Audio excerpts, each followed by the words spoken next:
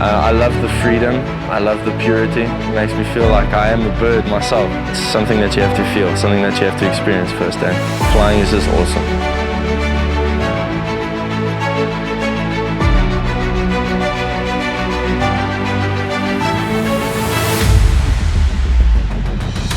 It's been an excellent week. Unlike Worcester, we've had a few days where it was raining, and it's very uncharacteristic for this time of the year. So that wasn't ideal, but I guess that's gliding. We always joke and say, wherever you want rain, just organize a gliding competition. And that happened this week. So yeah, it was a great week, lots of camaraderie. And the competition was obviously fantastic. In the first 2 days I was too aggressive and didn't make points, and then in the last 2 days I came first, which was really rewarding after my bad start. Unfortunately, the third day was cancelled with the accident we had. But in general, we flew in a very good spirit, and to fly contests in this beautiful environment is just awesome, you know. The competition so far has been great. It's very exciting, and unfortunately we had the accident of Matthias, but he's doing good, so that is very fortunate, and the atmosphere here is very good. The flying itself is for me, it was exciting. It's a new area. I'm somewhere in the midfield of the competition, but the local pilots are so good and so experienced in this area. It's unable to compete with them at this level. I've been flying gliders since 1970, I think, and I joined the Cape Gliding Club in 1996, and I've flown here ever since. So you can say I'm a local pilot and I've got some local knowledge, which is always great for me if we have a competition like this one, because a lot of foreign pilots come here and they get introduced to our, I think sometimes exceptional conditions. We call it Worcester magic. When it goes well, it can be very fast, reach flying. I started gliding when I was 14 years old. That was way back in 1967. Myself and my father was the first father and son team to be actively involved in a Springbok team in 1981. First in the world, actually. And then afterwards, myself and Oscar, my younger brother, we flew together, and we were quite successful in international competitions. It's a very nice competition. It's a pity we didn't fly every day, because it would have made it a bit more interesting.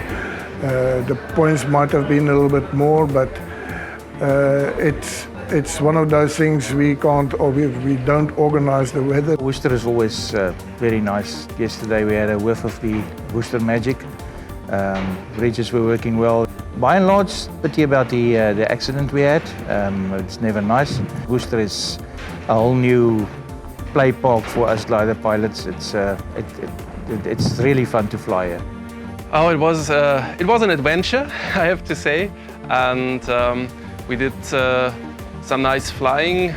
For me, it was the first competition in mountainous terrain, so I flew a lot in the Alps in France. But it's a different story if you are around with 5 aircraft, 5 gliders close to the mountains, and it's amazing and very nice to fly with the other guys here. Last day of the competition, while driving to the airfield this morning, was already raining, so which is a bit of a disappointment. We were looking forward to some good racing today.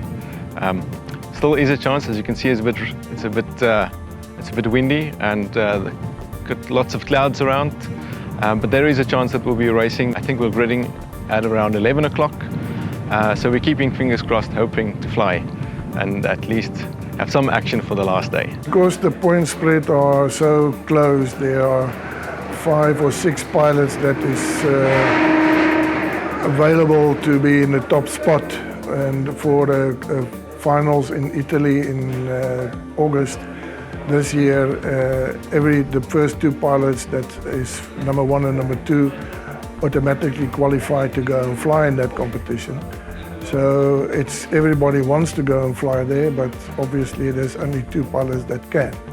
So we're all hoping that we can fly, but with the wind and also the rainy weather that we experience at the moment, it's very doubtful. We'll see if the weather is flyable today. I'm always up for a challenge. Never want to back down. So yeah, we'll see what happens today.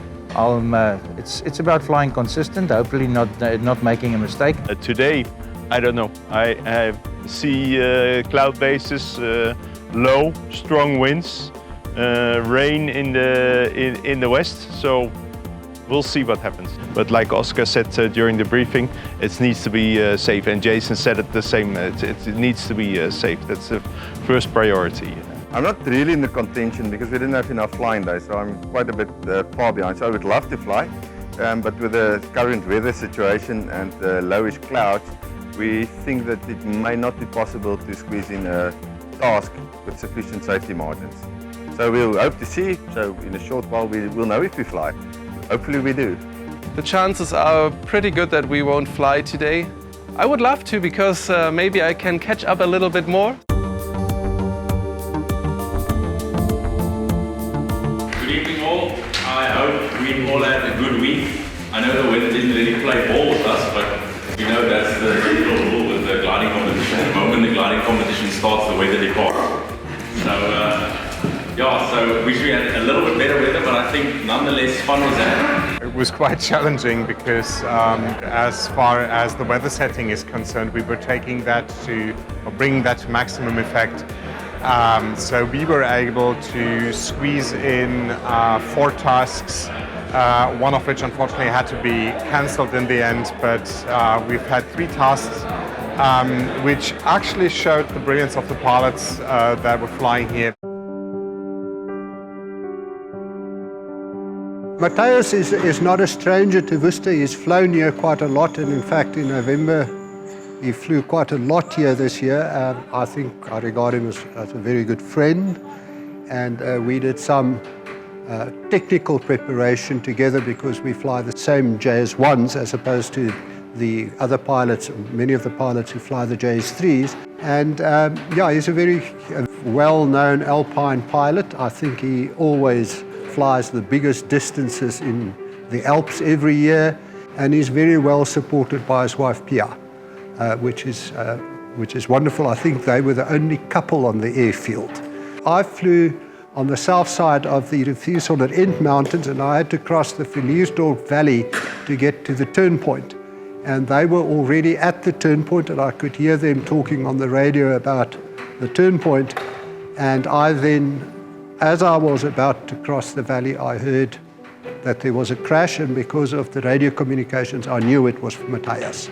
And I was, of course, in a state of shock because of that. I crossed the valley, and I could then see the aircraft, the glider on the rocks, and it was really a big shock to me. And I went back and landed. I didn't try to fly the task any further. It made no sense. It was thereafter the rescue services was really on top of their game. They got him off the mountain in a helicopter in a really quick time. I think that saved his life. He's very fortunate. He's only got a crushed vertebra of the back, I think. They've operated and put a plate in, and he's on the mend now. And we are all of us, immensely grateful for that. Obviously, we are all extremely thankful that nothing seriously happened with Shunki, so he's all good and recovering very well, and he's in a good spirit, and the old Shunki we know. And we're also happy that it turned out that the way that he crashed, the aircraft could save his life. You know, although it's fairly destroyed, the area where he sat was not on such a massive impact, and it had enough protection to ensure that Shunki will be flying with us again soon. What happened to him, of course, is always a big wake-up call, because if it can happen to Matthias, it can happen to any one of us. And you really have to take care, and you sort of realize when that happens, maybe we should just pay a little bit more attention in what we do. Matthias is a good friend of mine. After the accident, he called me, and the moment I knew he was all right on that mountain face, I was really relieved that he was alive and that everything went well. So the ranking for 1, 2 and 3 is determined by the day results for the 3 days of flying that we had. So, in third place, this puts with 15 points, Oscar Rolf.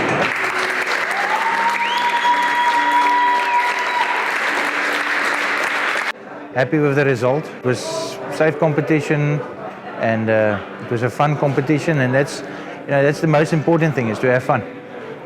In second place, also with 15 points, Liverpool.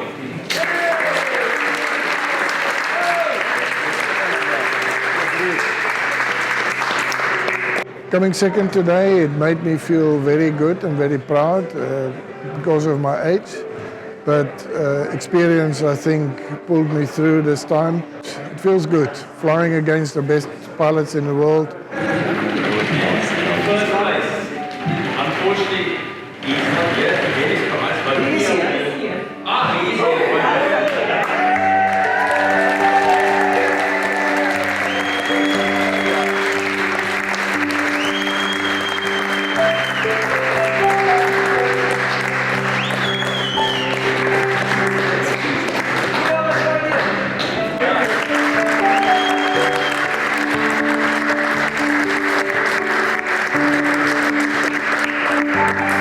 Rules is rules. Those are the rules. He had, until then, 2 very good flights, which cost him overall to win the competition against people who had 1 day of flying more and 1 opportunity to accumulate more points than he had. So I think he quite rightly won the competition. It's unusual, but it's fair play. I mean, can life be so magical, right? Having such a near-death event, something so profoundly happened to you, and then you end up winning the competition still. It was kind of meant to be. It was actually really amazing results we got. I think it's the first time in a Grand Prix that the first 3 places had the same score. And it was amazing that Shunki was, on the basis on the rules, was awarded the first position, and it couldn't have been better. I think it is so unique that somebody who was injured, is in hospital, wins this competition. It's absolutely, absolutely fabulous. So he deserved to win. He flew brilliantly the first few days. He was really on top of things, and I think I couldn't have asked for a better result. We all love Matthias. He's a very nice guy, very helpful, always willing to help wherever he wants, he can. So it's great that he won it. Luckily he survived and he's all good and well, so he'll make a full recovery because he's a very fit person. Congratulations, Matthias. Despite him not flying the last couple of tasks, he did enough work in the beginning to still remain on the podium, and yeah, it's well deserved. It was a great competition with great gliding pilots. It was a great fun flying in this region. And I'm sure I come back. It was emotionally up and down because we had an incident. Matthias is in good spirit and he is still with us, so we're very grateful for that. I think he was very lucky that he was sitting in a JS1, or especially in a JS glider with a 9G cockpit. So all the modern sailplanes which are produced the last 10 years, they have requirements where the manufacturers have to prove that the cockpit can absorb 9G load and that the pilot can survive that. So I think we were very grateful that he used such a glider. The club here is doing an amazing job, and the spirit all over the airfield is just wonderful. This whole week was propped up and supported by the pyramid of people, the volunteers that was helping out. And you know, gliding is such a small community, and these competitions are like the irregular heartbeat of a gliding club. It brings everyone together, it injects energy, and it's so important. We laugh, we tell stories, we make stories, we spend time together. It's what keeps us going. From everyone at the Cape Gliding Club, thank you for watching. See you next time.